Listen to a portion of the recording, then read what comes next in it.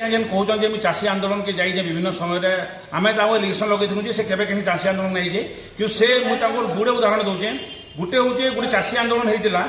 बहुत दिन तक चाषी आंदोलन होता से चाषी आंदोलन के से पूर्वतन मंत्री सुशांत सिंह आज्ञा और रोहित पुजारी आज्ञा से मुख्य सचेतक थे इमाने जाइए सेने